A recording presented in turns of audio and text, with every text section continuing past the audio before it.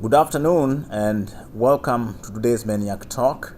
It's such a great honor for me to welcome our speaker, Dr. Nicholas White, Senior Vice President for Science at the University Space Research Association in Columbia, Maryland, a non-profit corporation that was founded in 1969 under the auspices of the U.S. National Academy of Sciences and chartered to advance space-related science, technology, and engineering. Nick discovered his passion when he was very young, thanks to the NASA moon program. His dream was to work for NASA, and it came to pass beginning in 1978, when he first came to NASA Goddard as a postdoc and later ended up holding many important leadership positions at NASA Goddard Space Flight Center, including the Director of Sciences and Exploration directly. Nick's story is a metaphor. When you have worked so hard on your dream and done so well and walked through that door of opportunity, what do you do next? According to Amanda Lucidon, the author of Reach Higher and Chasing Right, and a former Obama White House photographer who says, you do not slam it shut behind you, but instead you want to reach back and give others the same or better chances that help you succeed. Those are some of the life lessons Nick wants to share and hope to encourage our younger colleagues to work towards their dreams, no matter how unlikely the odds. Ladies and gentlemen, please help me welcome our speaker, Nicholas White. Thank you, Charles. Thank you, Charles. I want to thank Charles for organizing these talks. I mean, they're clearly very helpful, and he's been nagging me for many years to do one, and I finally agreed, and then we had a snowstorm, so anyway, I'm glad we finally made it. So the reason I gave the title to the talk, What Do You Want to Be When You Grow Up, is when I was growing up in England as an adolescent, my mother, my family it was kind of a standard routine to ask, what do you want to be when you grow up? And I kind of spent actually a lot of time thinking about it. And part of what really shaped my thinking was what was going on at the time. This was in the 60s, and the space program was happening. A lot of things were happening in the world at that point in time, a lot of change. And so I was thinking about what I wanted to be. You had the standard things, I want to be a fireman, I want to be a astronaut, I want, and all this kind of stuff, a pilot, and but it really came down to what was happening in the news that really captured my attention, and that was the space program. And so it really, I saw the moon program going on, it captured my imagination at the time, and I really wanted to figure out how could I be part of that, what was the best route to do that.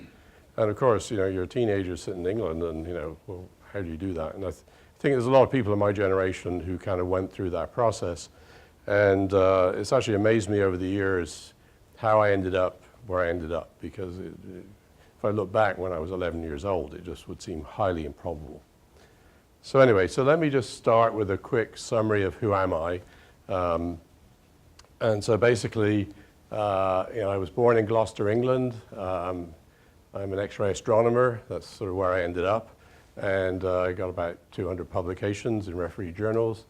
I got my degree in physics in 1973 at the University of Leicester in the UK.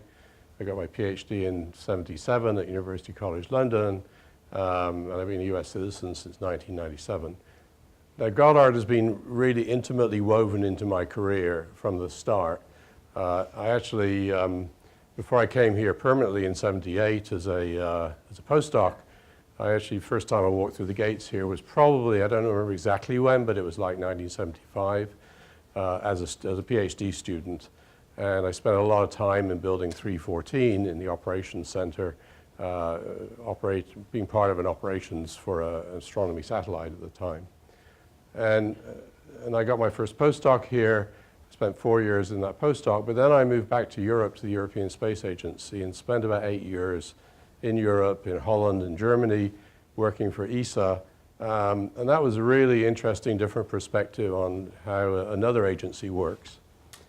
Then in 1990, came back to Goddard, and I had various positions. I won't go through them all, but I ended up as the Director of Sciences for this directorate, Code 600, in 2008. And then in 2014, a new opportunity presented itself, and I moved to the University Space Research Association. So I'm going to tell a few stories associated with this career path, important decision points that I made, which maybe they were right or wrong, but they certainly created the path that I ended up on. Okay, so where do I come from? So Gloucester, England. You've probably never heard of it. Very good. I hope you saw the cathedral. So it's a cathedral town. It's been around since Roman times. It's on the River Severn, and it's actually kind of ironic that I now live on the Severn River, and so I'm sure that's a coincidence, but it's right on the edge of the Cotswolds. It's a very beautiful part of the country. I spend a lot of time just driving around the Cotswolds. My mother's side of the family comes from Gyting, which is right, that's Gyting. It's a very nice village. That's Gloucester in the 60s. And for those of you who watch Harry Potter, some of the Harry Potter scenes were filmed in the cathedral. It's a very small town. It was about 80,000 people when I was living there. It's now about 128,000, but it's a very sort of industrial, rural type town. So I was in England in the 60s, and the moon program was happening, and it just captured my imagination, just like others from that time, as I said. And those pictures you see there, I was actually taking all the UK newspapers and clipping out all the articles on the moon program as it evolved through Mercury, Gemini, and Apollo. And I've actually still got them. It's kind of amazing. I sort of dug them out of the attic and to take these pictures. And so, it was just, how do I get to be part of that? And as I was thinking about it, I did the usual thing, write to NASA, I want to be an astronaut, and they did reply and said, call back later. But the hobby I had at the time was meteorology. I actually had a little weather station in the garden. I actually made one at school, and I was recording the weather, and so I thought maybe I'll be a meteorologist. And so that was sort of steering me into the sciences. And so I started, when I was at school, you get in the UK system, there's O-levels and A-levels. And when you do A-levels, that's preparing you for university. So I really headed into the sciences. I seemed to be good at it, doing physics, math, and then applied to university. So the first thing was, I need to go to a university that has some association with the space program. And during that time in the UK, there were very few universities that were involved. And the one that I settled on was Leicester University. And this university was one of a few that was doing detectors. They were involved in the UK Skylark program, which is a sounding rocket program that doesn't exist anymore. But they were shooting up detectors, both to look at the sun, look at the sky, mostly in X-ray astronomy. And Ken Pounds, who was very influential in my career, was leading that group there. And Ken, for those of you who know Ken, he's a very ambitious, very entrepreneurial spirit. And so he was really pushing forward for the UK to get involved in different programs. Now, this was during my physics degree, and something that was more coincidence than anything else, or chance. In the third year of your physics degree, you get to do a project. And the project I ended up doing was with a person called Ernie Matheson, who was working on proportional counters, which are the detectors of the time for X-ray astronomy. And I was working on something called pulse shape discrimination, which is basically a technique used to reduce the background in the proportional counter. So I worked on that project. It was a like 2 or 3 month thing in the lab with oscilloscopes and all this electronic stuff, taking pictures of the oscilloscope screen. It was very, very interesting for a physics student. But this really shaped where I ended up next, because when I got to the I got my degree. There's me getting my degree. And And the question was, what next? You know, where do I go next? And I could have stayed, I wanted to do a PhD, that was for sure. I could have stayed at Leicester, and that would have been a natural thing to do, but I also wanted to try somewhere new to get a different experience. And I actually asked Ken, look, I'd really like to stay here to do my PhD, but I'd really like to try somewhere else, so where would you recommend? And he said, go to the Muller Space Science Laboratory. You know, you should stay here, but if you're really going to leave, go to Muller Space Science Laboratory. That was the other big place in the UK. So that's what I did. I went to interview there, and because I'd done that project, they made me an offer on the spot. So what is Muller Space Science Laboratory? This is part of University College London. It's a very interesting place. So it was set up in the mid-60s. There was a donation from the Mullard Company. And this lab is basically a country mansion that's been converted into a lab. So as a student there, they have some stables with some apartments above the stables. And I was living on site with a bunch of other students. There's a lot of stories I could tell about that, but I won't. But it was a very unique experience. But MSSL was heavily involved with NASA, was heavily involved in the UK space program at the time. They were developing instruments, doing sounding rocket experiments, and analyzing the first data that was coming in from those missions. So it was actually the perfect time and place to do a PhD. And that was something I was learning, is you have to be in the right place at the right time. Especially in those days when there was no internet, no easy access to data, you had to be there to get access. So that was my sort of first learning, be in the right place. Now my advisor was Peter Sanford. That was the picture taken at the time. I'm not in it. I think I was probably over here at the time doing operations at Building 314. But it was a very interesting group of people, very heavily instrument orientated, not so much on the data analysis side. So around this time in the early 70s, this was at the start of the space program, basically the first orbital observatories going up. And there was, in X-ray astronomy, there was a very key observatory that went up. It was basically a small explorer, very small explorer, called Uhuru, or SAS-1. And this was the first time there had ever been an X-ray survey of the whole sky in a uniform sense. And the Uhuru produced this catalog of about 161 sources, which came out around the time I was starting my PhD at MSSL. And the key thing was, the game at the time was, what are all these sources? Some of them we knew were pulsars, some were black holes, and in particular, one of them got really a lot of attention. This was the first time there was evidence for a black hole, the Cygnus X1 result, which eventually led to Riccardo Giacconi getting the Nobel Prize. But this was happening around the time that I was starting my PhD, so it was a really rich time for discovery. So when I started my PhD, I was basically brought in by Peter Sanford to do detector work. So he dropped me in the lab. Peter's style was sink or swim. And so you periodically go by his office and say, hey, this is what I did over the last few days. And he'd say, great, or you might try that, or you squiggle something on the board.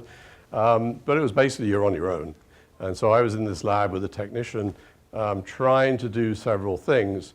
So one of them was this here, which is a large area proportional counter array. And the idea was to fly this on a sounding rocket from Woomera in Australia to look at bright X-ray sources, look for time variability. And that was great. We got almost to a prototype stage, but then it was canceled because of funding reasons. So, I had my first cancellation during the PhD stage. So that was kind of a sobering experience. Maybe it was a good thing in the end. Another thing I was working on was what's called X-ray polarization detection. And this is still a final frontier for X-ray astronomy. It's very hard to do with high efficiency. And we were playing around with what's called a parallel plate proportional counter to measure the track direction. And this is a picture of one that actually flew on the Exosat mission a bit later, which I'll mention in a second.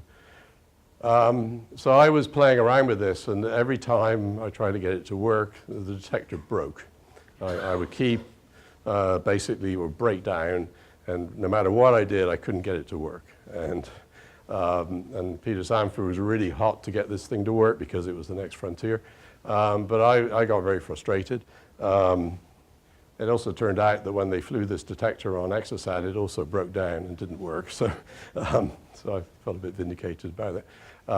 A descendant of this is now flying on what's called XB. It's a small explorer that's going to fly in a couple of years' time. So we still haven't done it, but it's in the pipeline. So I had to make this decision, instrumentation or data analysis. That was kind of the thing I was facing.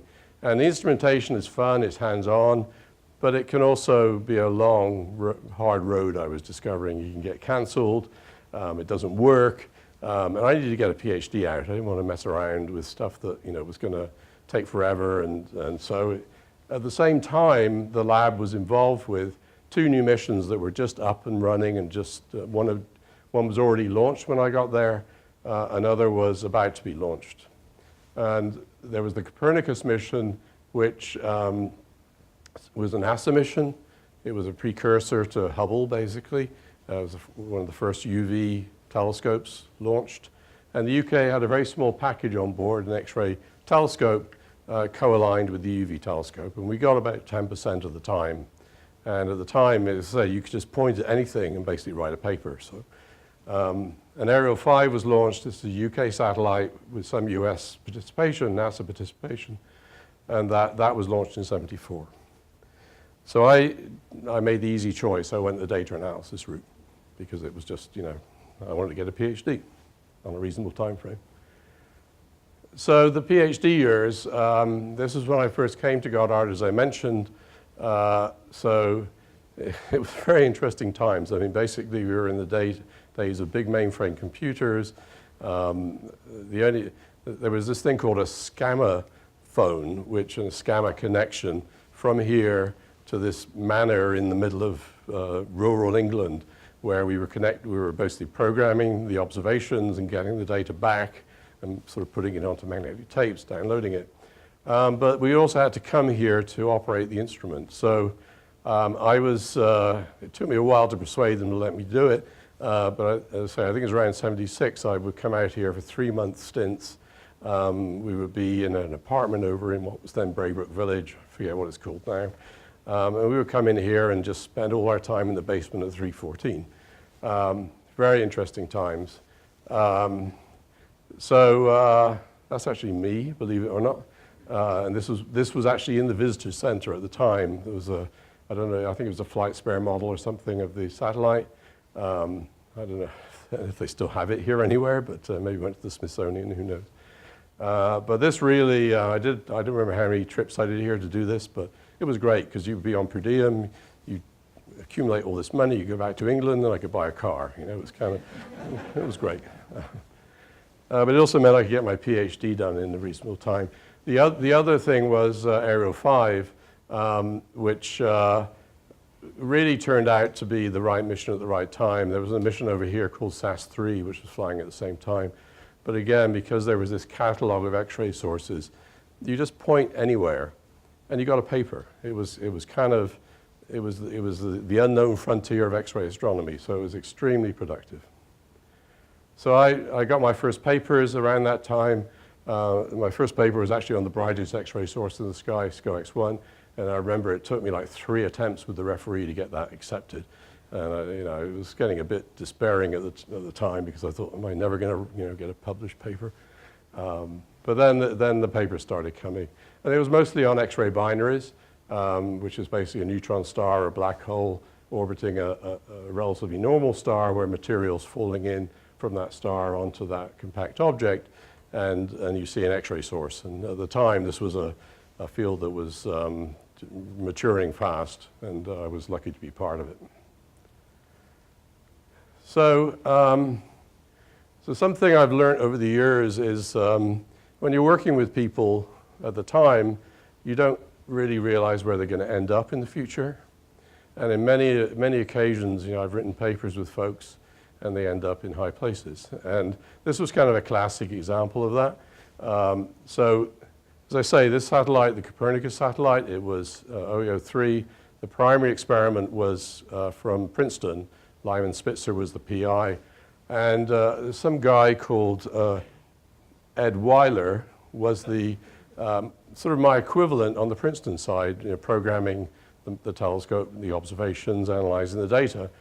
And so when they were looking at their boring UV targets, us X-ray people, all we could do was ride along and point and see what happened. And most of these UV stars for these instruments were not seen. But in one case, so this is a sequence of observations. We were looking at UXRE, then we went to an X-ray source, XPER, which is a pulsar, which we discovered.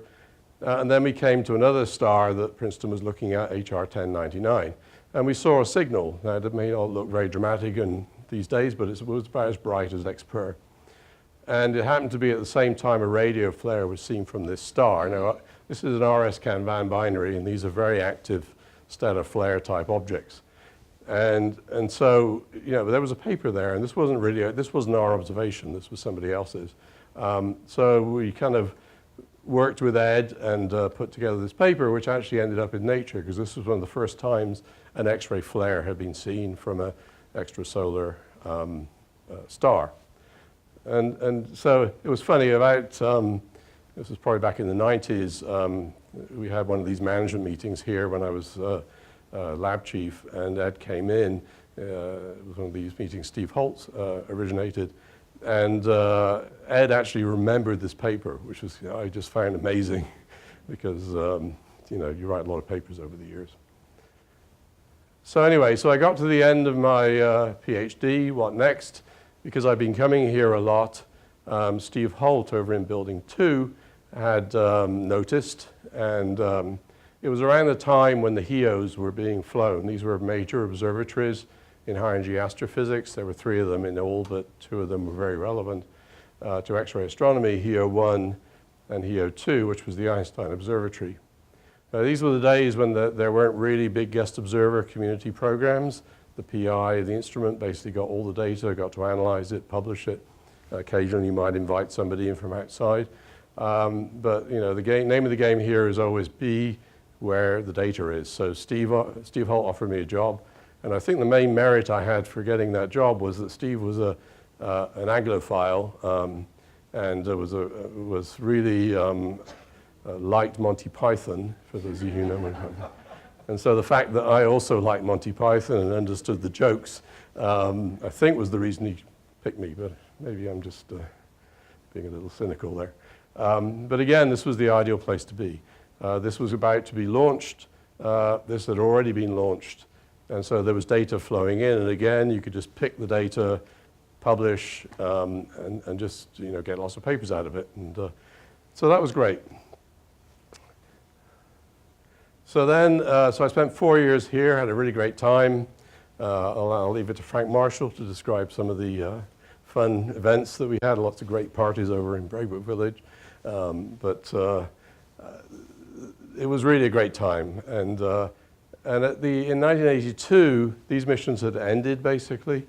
And it looked like there was a desert of X-ray astronomy missions. There was XTE, which was sort of on the horizon, but it was clear that was way off. Hubble was supposed to be launched, but that was clearly not going well. So I had a decision to make. Stay here. I mean, these postdocs don't go on forever, or move. And at the time, there was a mission about to be launched in Europe called Exosat, which was Europe's first X-ray astronomy mission. And again, the mantra I had was follow the data, because again, no internet. It was very hard to do anything if you weren't where the mission was. And so I applied. They were hiring at the time to staff up a data center. I applied. Somebody who was very important at that time was Brian Taylor, who was kind of like the equivalent of the head of Code 600 at ESA. And again, I basically got offered the job on the spot because of all the experience I'd had here with the data from the HEOs and before that. And so I moved to ESA in 1982. And again, it was a really great time. So we spent a few years in Holland before they launched the mission at Aztec. preparing, then moved to Darmstadt in Germany and spent about 3-4 years there during the operational phase, and then we moved back to Holland to ESTEC for the cleanup, the sort of creating the archive phase. And that, the thing that really stuck out about this period of time was I was working as part of a team of international scientists, support staff, programmers from all countries in Europe. And it was really probably the first time when I was here, I was working obviously mostly with US people, but there it was kind of like this sort of cultural potpourri of people from Italy, Germany, Holland, England, Spain. It was just a very interesting environment to be within, and made me really appreciate sort of the diversity you get of opinions and ideas and culture when you're working in that environment. And we were a very small team. We were under a lot of pressure because, so this satellite didn't have any onboard data storage. It was in constant contact with Darmstadt, so we had this control room where you could come in and actually see what is happening at that moment on the spacecraft. And you could actually make changes in real time if you saw something happen. And that made it very flexible. It was also in this very deep 96-hour orbit, which was actually done so you could do lunar occultations of X-ray sources, which was never done. But it provided a unique capability of continuous observations without any interruption. And that really turned out to be its major discovery space. And early on, we had a few detectors broke down, the one I mentioned before. The early days, it kind of looked like the mission was going to be a bust. But this small team of people really pulled together and turned it around and got some great science and great discoveries out of this mission. And one of the things that came out of this mission was, so we're looking now at about late 80s, 88, 89, was that we had all this data. And the question was, how do you preserve it for posterity? How do you make it available? Because, you know, in the past, a mission would happen, the data would end up on tapes, and it'd be very hard to analyze it for anybody but the experts. So we created what was called the Exosat database, and it used the sort of nascent internet at the time, something called SPAN, which some of you remember probably, where you could actually log in remotely and access data. And there was one of the team there, a guy called Paolo Giomi, Italian, had this very great idea about creating databases and catalogs, putting them online so you could log in remotely and have high-level data products available to download remotely. Now today that seems like, why wouldn't you do that? It's so obvious. But back then it wasn't at all. I mean, it was really, you basically wanted the data, you had to mail somebody a tape this size and give them the software to analyze the stuff. They had to have a tape reader on the other end. It was just awful. I mean, for anybody but the experts. And this database, and there were some other similar efforts going on elsewhere, but this was really one of the first online databases where you could log in, search, find your data, and download it. And it was very successful. So what next? So this mission ended basically the mission ended in 86. We finished the archiving in about 89. And I had to decide again what to do. Will I stay with ESA? Their next big X-ray mission wasn't until 10 years later, or go somewhere else. So at the time, there was an initiative on this side of the Atlantic called the Astrophysics Data System, which was a study that was done by somebody called Garrels Squibb in the late 80s to look at all this data that was piling up literally in rooms like this on magnetic tapes and what to do with it for the future. And there were a bunch of missions about to be launched, such as Compton Gamma Ray Observatory, Hubble, ROSAT, BBXRT was one from here, RXTE, and what to do with all this data and how to make it more accessible, make it a uniform archive. And basically this report recommended creating in astrophysics science archive research centers to be a focal point for that activity. And so I was hired by, so Gunter Riegler, some of you may know, was at NASA headquarters at the time, and he and Steve Holt sort of worked on setting up the high energy astrophysics archive. as one of the first nodes of this new system. And so they basically hired me to come back to do that. So basically they hired me to come back. I came back as a civil servant, and so that was in 1990. And basically my task was to take all this old data that was accumulated over the years, get it restored into a uniform format that could then be carried forward so we didn't lose it, create standards for the data going forward so that everybody was using the same kind of formats, and have some multi-mission software so it wasn't just written for that mission, but it was usable for all missions. And so that led to the HESARC, which has been very successful over the years. And again, it was a great team, and it still is a great team of dedicated scientists who are really working hard on each mission and making sure it follows the standard and makes the data more accessible. And one of the things that happened around the same time in the mid-90s was the World Wide Web occurred. So the ADS, when it was first conceived, they were going to put in a big infrastructure to support all this. And then the World Wide Web happened, and it wasn't necessary anymore because it was there already. And the HESARC was one of the first data centers to actually have an interface through what was at that time Mosaic, through Netscape, where you could log in. And we took basically the old Exosat software and put a Perl script on the front of it and made it available as a searchable engine. And so it was one of the first, and that for a while it was, you know, kind of one of these things, hey, look what you can do type things. And you could just log in and download data from it, and it was great. Okay, so I thought so at the same time when I came back here, I was then part of the leadership team. And so, you know, I would go to Code 600 retreats. I would go, and this was the days when 600 and 900, the Earth and space were separate. I would also go to management courses and leadership courses. And something you kind of do is you look at these old pictures and you think, wow, where are they now? So I don't know if you recognize anything. There's Steve Holt here, that's me. I don't know if anybody recognizes this person. So that's oops, put some names on it. So this is Nancy Abel, who's now the associate director. She was the lead financial person in Code 600 at the time.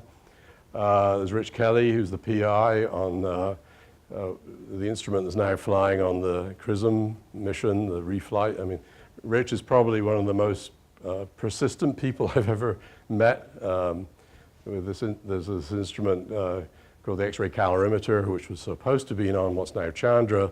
It then moved to the Japanese mission. The mission launch failed, and so on and so forth. So it's still ongoing. It's still a revolutionary instrument, and hopefully it'll work next time. Some others, Al Bogus, who was the Hubble Space Telescope. There's Jim Green, who's now the chief scientist at NASA. This is why I'm saying that, you know, as you're moving up your career, you're working with people, and you don't know where they're going to end up. And, you know, they can end up in high places, and that can help you a lot over the years. And it also gives you insight into what's, you know, what may be happening elsewhere in the agency, because you can just go talk to them, because they become your friends. There's Dan Baker, who moved to run the LASP in Colorado. He's still there. And there's some people, Mike Hauser, he went to Space Telescope. Drake Deming, he's now currently at the University of Maryland. Ken Carpenter, he's still here. So anyway, it was just interesting to look at this Code 600 retreat from 1991. It's kind of, So another thing that really influenced me a lot during this period was this was the Dan Golden era at NASA. So Dan Golden showed up in 92, at a time when people thought the agency was in trouble. And this was the era of the Hubble mirror problem. And Dan came in, he came from industry, and a lot of people didn't like him because he really wanted to shake things up. Better, faster, cheaper came out of that. For me, it was great because I'm actually, Franz Cordoba, who actually is also an X-ray astronomer and I worked with over the years, she became the chief scientist during this period of NASA. And I managed to get, so at the time it was, you know, Dan Golden wants new ideas, you know, bring me your ideas. So, you know, you could just get in and see Dan Golden and go around the entire management structure. And so I had a mission at the time I was trying to sell. And I got Franz Cordova to kind of help me get in and get a chat with Dan. And it was great. Got an hour with Dan Golden. He said, "This is a great idea. Let's put a few $1 million on it," which then went to Wes Huntress, who was then the current SMDAA, who of course is really annoyed. But anyway, it was a fun time. And the thing about Dan was he was a change agent, and when you do change, it upsets people. But I think in terms of, for me, I learned a lot about change and what's good about it and bad about it. And this was an article that was in Space News about what was learned from his leadership. And you can read it for yourself. I don't want to go through it, but it was an interesting time for the agency. I think he did a lot of good things. Obviously, he may have pushed the envelope a little too far in some cases, but there's always this fear of failure. And I think Dan kind of tried to push back on that. Now, so Ed was the AA at the time this was all going on, the Associate Administrator for Science. And Ed was very entrepreneurial and was trying to sell new programs. And I was, at that time, I was kind of moving up the chain. I was SES, and I was trying to sell programs as well. And one thing we put together to try to sell to NASA headquarters and then to OMB was a program to collect together all the missions in high-energy astrophysics into one package that would sell as a funding line so that we could get all the missions done, not just one or two, but get the whole thing done. And so we came up with this thing called Beyond Einstein, and it's actually very timely, this talk, because I didn't. I was going to, during the snow day when we had the snow, I would have also done this, but it would have one less thing in it. So we basically had some big high-level questions, what powered the Big Bang, what happens at the edge of a black hole, and what is dark energy. And this is back in about 2000, okay? And it even ended up with an Academy study on the program. Now, the thing that ended up interrupting this was back in about 2006 or 7, that was when we had the last return to the moon endeavor, and a whole bunch of money got shuffled for that to get us back to the moon in that particular manifestation of it, and then this program basically got killed because of that.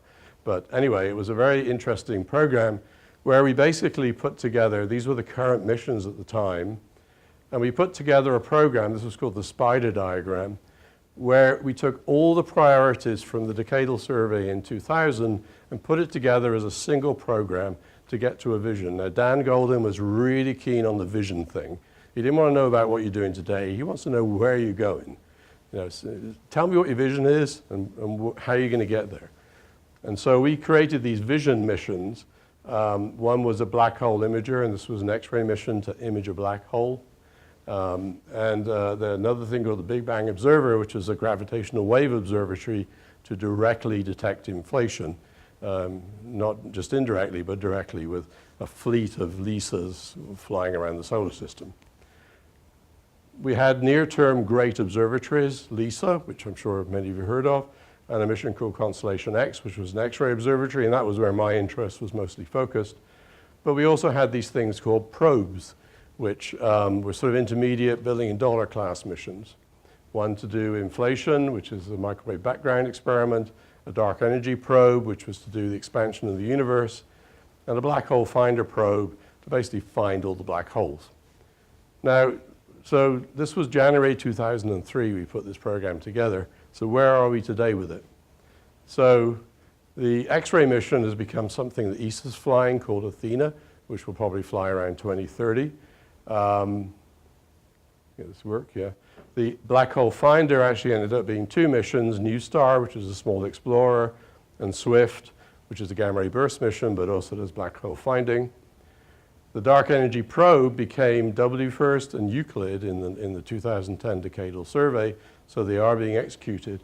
And the irony is this thing called probes, as we're doing the 2020 decadal survey, probes have become all of a sudden the vogue. Everybody wants to do probes because everybody's afraid because JWST is sort of sucking all the dollars out of the air.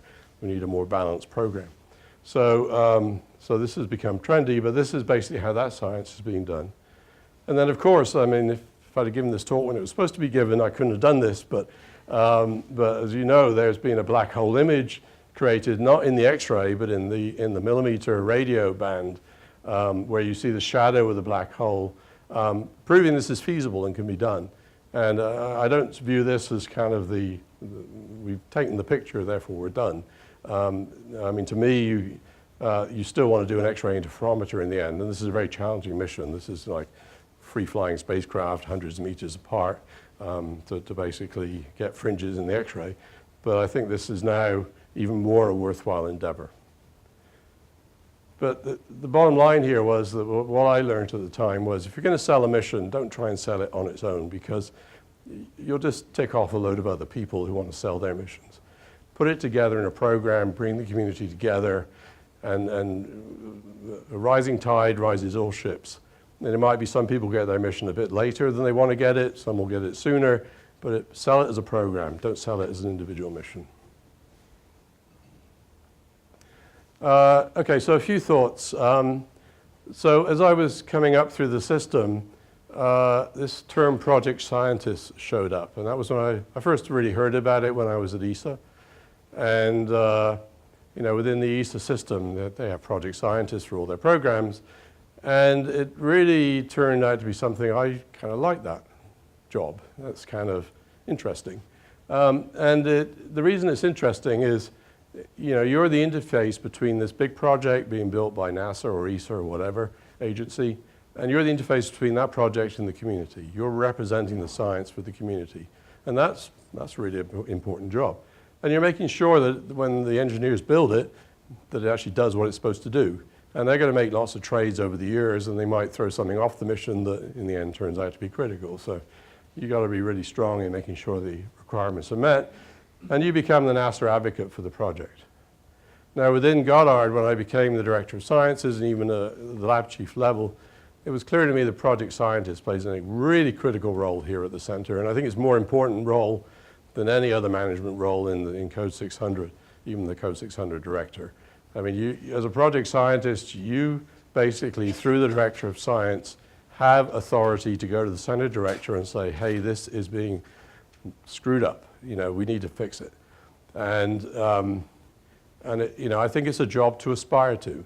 And, you know, I was lucky enough to be project scientist at ESA on Exosat.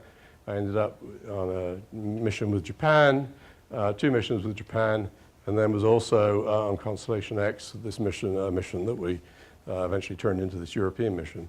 But it's a fun job, and it's a very important job, and in my mind, it's one of the fundamental reasons we have scientists here at Goddard, so you get a cadre of really excellent project scientists. And so, you know, any of you folks who are looking, what career path could I have here at NASA, I would really strongly recommend looking at project science as a possible goal.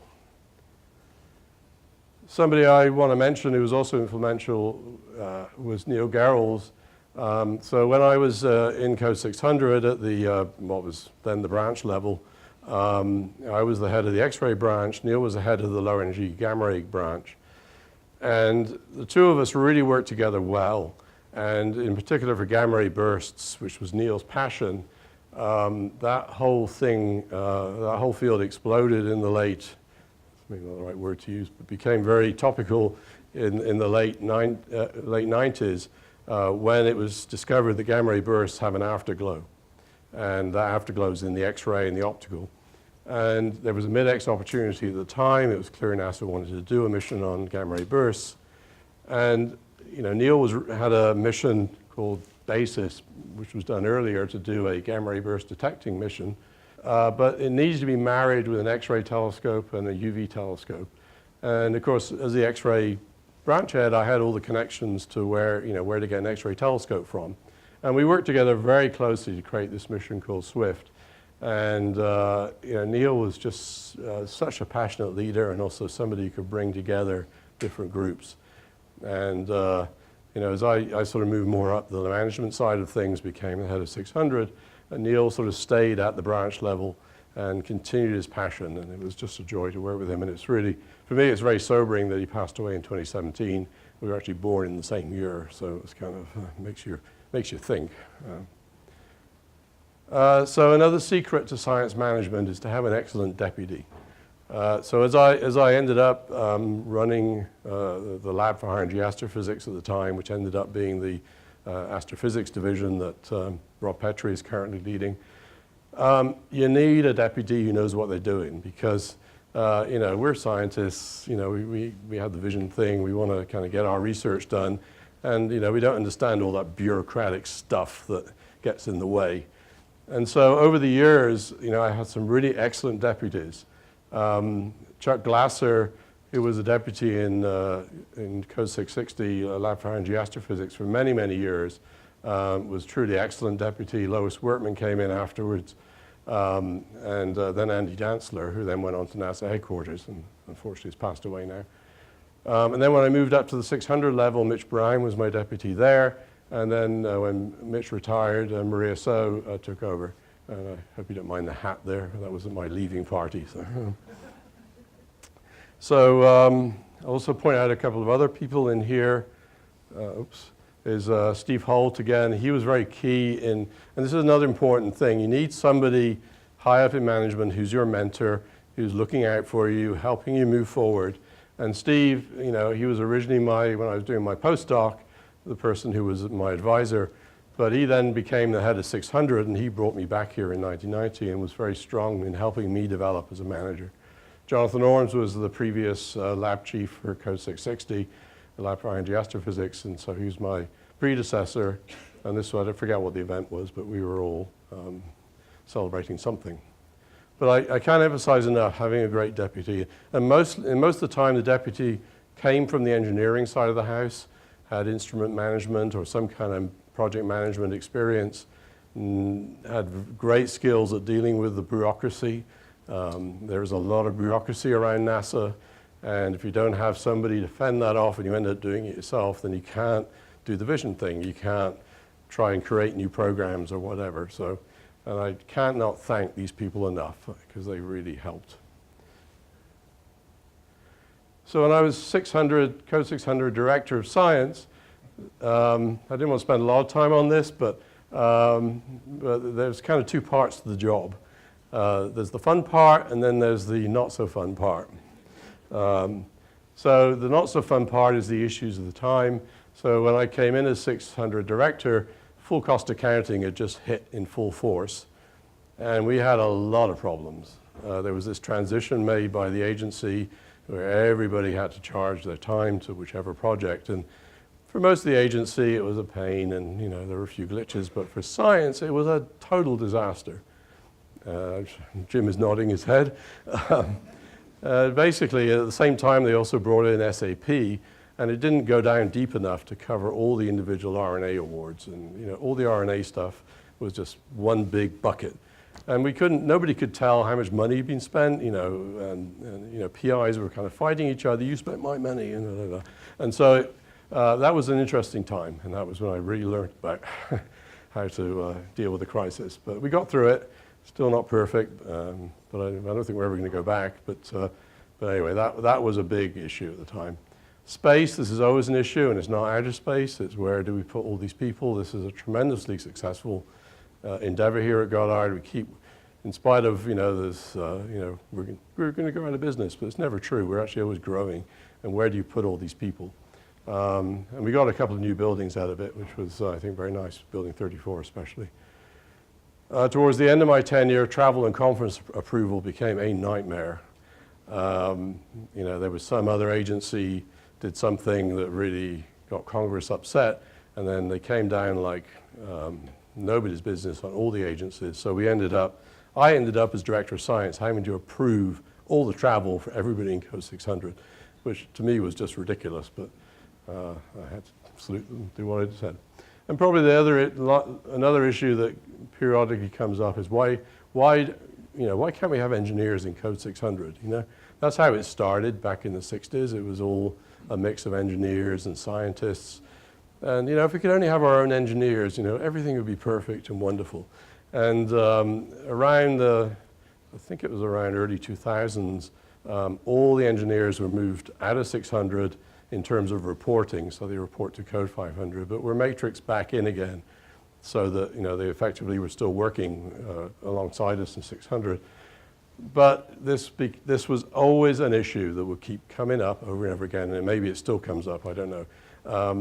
But I had to learn to love matrix management basically and figure out how does matrix management work effectively and what are the mistakes that get made. And a lot of things I tried to do was to encourage engineers to want to work in 600, to track them over in sort of an internship mode, if you like, or apprentice mode, to get used to 600 so we could keep a cadre of engineers that sort of understood the Code 600 approach. The fun part was advocating for the entire Goddard science portfolio. Learned a lot about earth science, learned a lot about planetary science. That was really fun. Hiring new scientists. So in 2008, when I came into the job, we had not been hiring for a long time. And that was partly because of full cost accounting. People were afraid of hiring if you didn't know where the money was coming from. But at the end of the day, the center was way below its ceiling. And so in 2008, I said, I checked with the front office in Code 100 and nobody seemed to object, so let's hire. And we put out, I forget how many we hired, but I think we turned over like a third of the workforce in the civil service because we had this demographic problem. Everybody being hired in the 60s and 70s, had this huge age bulge, and it was a going out of business profile. We had to hire. And so I'm hoping some of the people in this room were part of that endeavor. So from 2008 onwards, we went into real hiring mode until we forced the center up to its ceiling, basically. Winning new missions was always fun, whether it was competing missions or the big strategic missions. Especially for ones where, like discovery missions, where you basically, figure out that's the best thing to go after, and going through the process, working with Bonnie Norris and her team, that was always fun. And just working with incredible people. Code 600 is just full of incredible people. Going from John Mather all the way through to the postdocs. It's just incredible people to work with. Okay, so that's part of well, this is to show, these are some pictures I took at random. So one thing, so people don't think that Goddard values science. That's not true. You get the biggest office in the center when you're the director of science. So this was my office in what was then building 26, before it moved over to 34. But this was a humongous office. You got your own bathroom. I didn't take a picture of the view, but it was a beautiful view of the lake. And the one in 34 is still one of the best offices on the center. So, but again, here's some of the people. You get to meet NASA administrators. You get to see new buildings being opened. You get to meet Nobel Prize winners. You get to meet great scientists. And then when you leave, you get a nice retirement present from the center director, the Goddard rocket. So where am I now? So I've been a USRA senior VP for about 5 years. And this has really given me a very different perspective on how the agency works. I was always in the civil service for like 24 years. But the civil service workforce is a very small fraction of the workforce here at the center.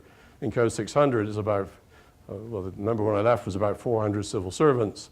But the total number of people in 600 of various types is about 2,500, believe it or not. And so, to me, it's been very interesting to see the other side of the equation. What is it like being basically a contractor at NASA? And USRA touches a lot of different programs. It was originally set up to do the Lunar Planetary Institute down in Houston around the time when the Apollo samples were coming back, to be an interface to the community. We're actually celebrating our 50th anniversary this year. There's a big event at the National Academies next week.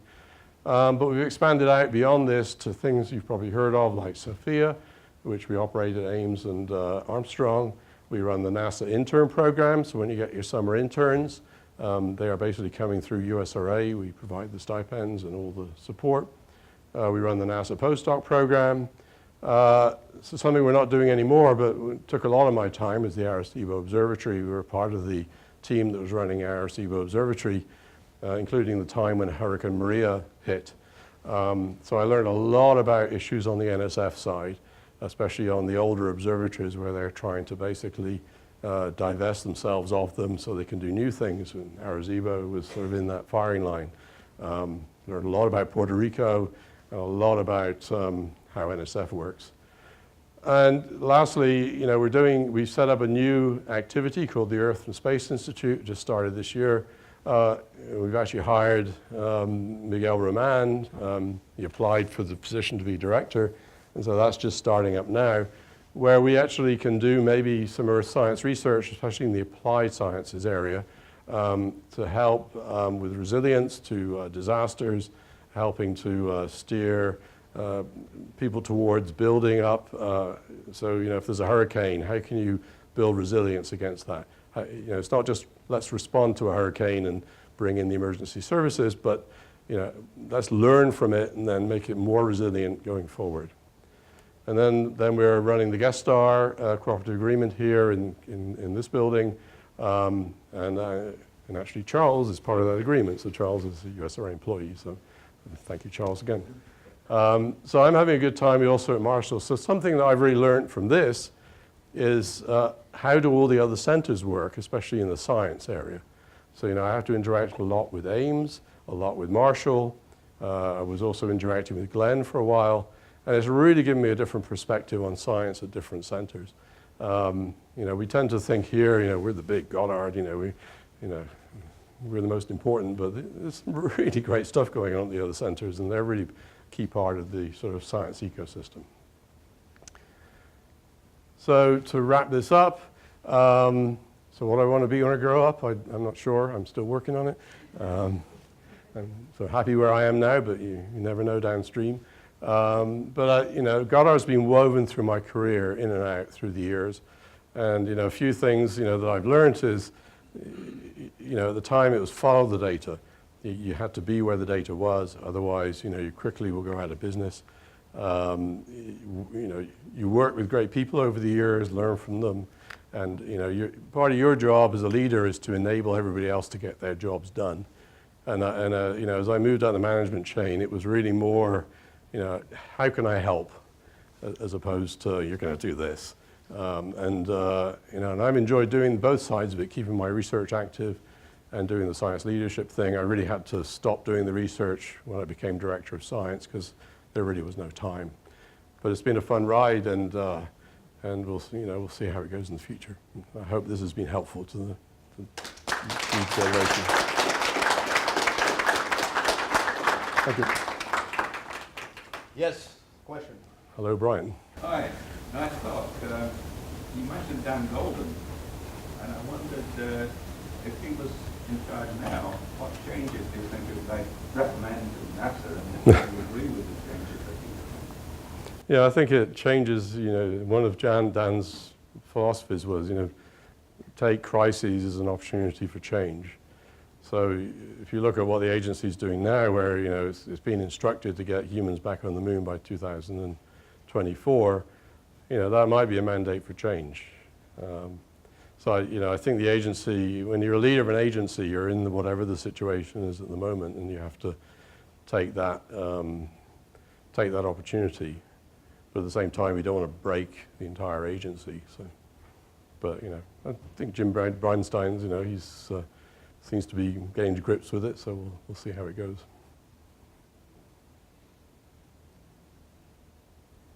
Other comments? Yeah. So Nick, my observation of your career is that you tend to change the job every 6 or 7 years. so where are you going to, next year, the change is due? Don't tell that to USRA management. So sometimes it's not changing the job, it's changing sort of what you're doing.